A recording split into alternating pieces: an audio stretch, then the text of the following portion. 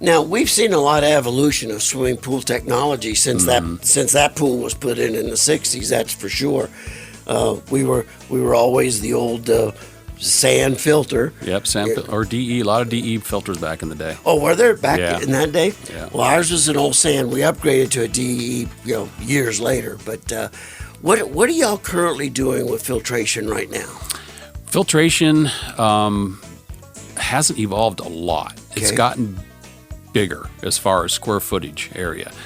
Cartridge filters are modular media, is what the technical term is, are the main filter installed now. Okay. You're not backwashing water, so you're not losing any water by the backwash process. Okay. They filter a finer particle than a sand filter, so they're more efficient, and they're bigger, 520 square feet. A typical big sand filter, the surface area is your filtration area. A big one's 4.9 square feet. You put a 520 square foot filter on your pool, and you don't have to maintain it as often. So it holds more debris. So your time between cleanings is longer.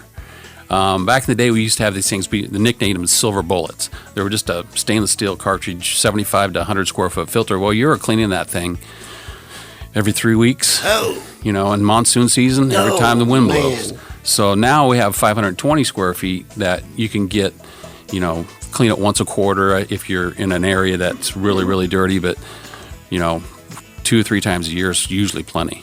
And so the filter, the cartridge filter, is that a disassemble and do-it-yourself homeowner project, or is Yes. that a pool tech? I would highly recommend you hire someone to clean it first to show you. Okay. Because you just don't take the garden hose and clean the filters, and they turn white pretty quickly, but they're not clean yet. So you got to clean the pleats all the way in, and then when you're done cleaning them, you need to dunk them or rinse them in TSP, trisodium phosphate. Okay. And that takes the body oils, the suntan lotions, and all that stuff that you can't see that's still on the filter.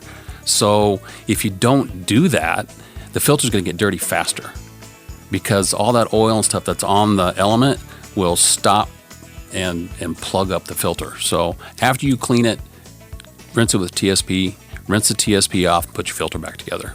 And you were talking about body oils and sun cream and things like that. I think it was you that told me that one dog in the pool is worth 8 people. Yeah.